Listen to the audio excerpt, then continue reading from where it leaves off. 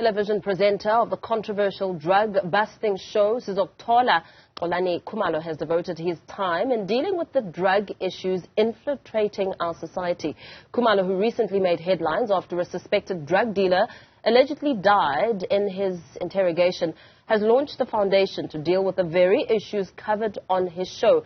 The Xolani Khumalo Foundation for a Drug-Free South Africa runs several programs which seek to provide services to vulnerable groups to drugs and crime, curbing underlying social ills which lead to criminality and victimization, and to support government and non-governmental initiatives on combating these social crimes. He joins us now to tell us about the show, its recent controversy, and of course his foundation. A very good morning to you. Thank you so much for joining us, Xolani. Thank you for having me.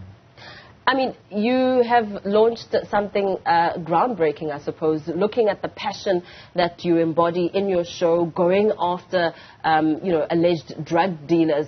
You've now decided to start a foundation. Perhaps let's start there. Tell us about this foundation, what you aim to achieve, and the inspiration behind it.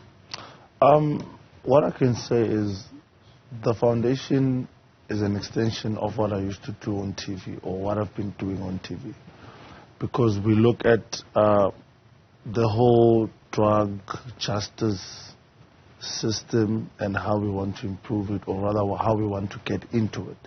Because on the show you'll find that we arrest someone, then we hand him over to the police, but justice has to be done, and that process, that's where the foundation comes in. As the Friends of the Court, then we also look at how we rehabilitate and reintegrate people back into the society. Yeah. So basically the objective of the foundation is to help government to do its mandate.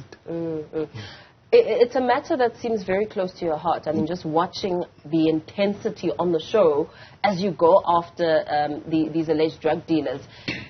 Is there a story behind this? I mean, why is this so dear to you? Yes, I have family members who are drug addicts and who've lost almost everything. So it's very close to my heart, and I looked at it and said, this is not only my problem. I think the whole of South Africa is facing the same problem, if not SADC. Yeah. So it's not even a national problem, but it's a SADC problem that even goes to other countries in Africa also. Yes. As you and I speak, you're facing some very serious allegations. You and your crew, of course, at the center of a discourse following an alleged drug dealer dying following interrogation.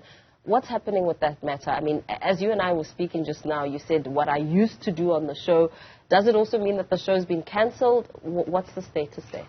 Okay, the show, it's on season break. Because, in television, there are certain shows that are seasonal. Yeah. So we have to make space for each other. But in terms of the case, we are just letting the cops doing what they need to do in terms of their investigations and whatnot. Because I've been seeing rounds on social media, people saying this, people saying that. Yeah. So I can't really confirm anything, but the police are still doing what they need to do. Police Minister Begitele said that your crew committed a crime and protecting you is not the police's job. It's a bit of a contradiction, because when we look at the show, you appear with police backup, What is the status there? I mean, it's a bit unclear.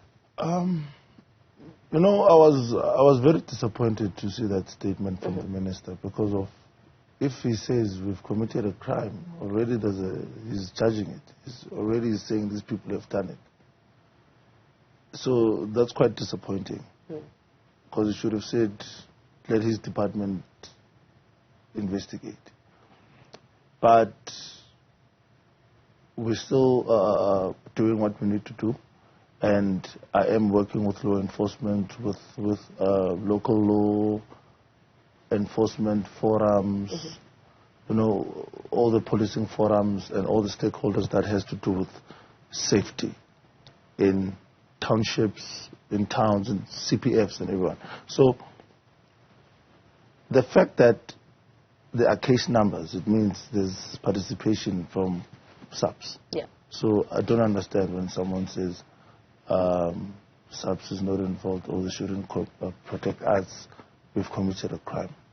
Because of I do what I do and subs does what they need to do. So it's not a one-man show where I do everything. You speak about case numbers. Have you appeared in court? Have they been? What's happening in the courts with this case? For now, I can say I'm not charged with anything. I don't have a case number on my name or my crew's name. So we're still awaiting to see what happens. So probably after the match, they want to come and say, hey. Well, we see what you aim to do on the show. And having watched several episodes, I've seen the format of the show. Looking at what's happened now, do you think at all, Xolani, that perhaps the format needs to change, or you could have done things differently, or was this just an unfortunate event? I can say it was an unfortunate event because of we have systems and policies in place. So our SOPs are scrutinized nicely. So I think this one was just unfortunate. But we will continue improving and continue doing the job that the Lord has sent us to do. Because this is not a show, or rather an entertainment show. Yeah. But it's us trying to fight against the scourge of drugs. I can say, or confidently say, this is our revolution as the young people. So just really speaking to some of the details, were police present when this alleged drug dealer was interrogated and later dying? We had the Gauteng policing warden or anti-crime warden, the ones that are called Amapanyapany. So SAPS was not there. So they were there and we worked together. So on each and every show that I do, I make sure that law enforcement is there. I don't go like a vigilante and say, hey, yeah. So you talk about the seasonal break happening. Does it mean that you're still shooting, preparing for the next season, or is your focus now primarily on the foundation? Okay, my focus now is primarily on the foundation because I can't be advocating for an anti-drug society, and when I'm not on TV, I'm sitting like this. Yeah.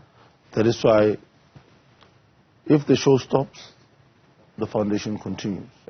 While the show continues, the foundation also joins in continuing, because our extension it's big. So I cannot use one body to fight this thing.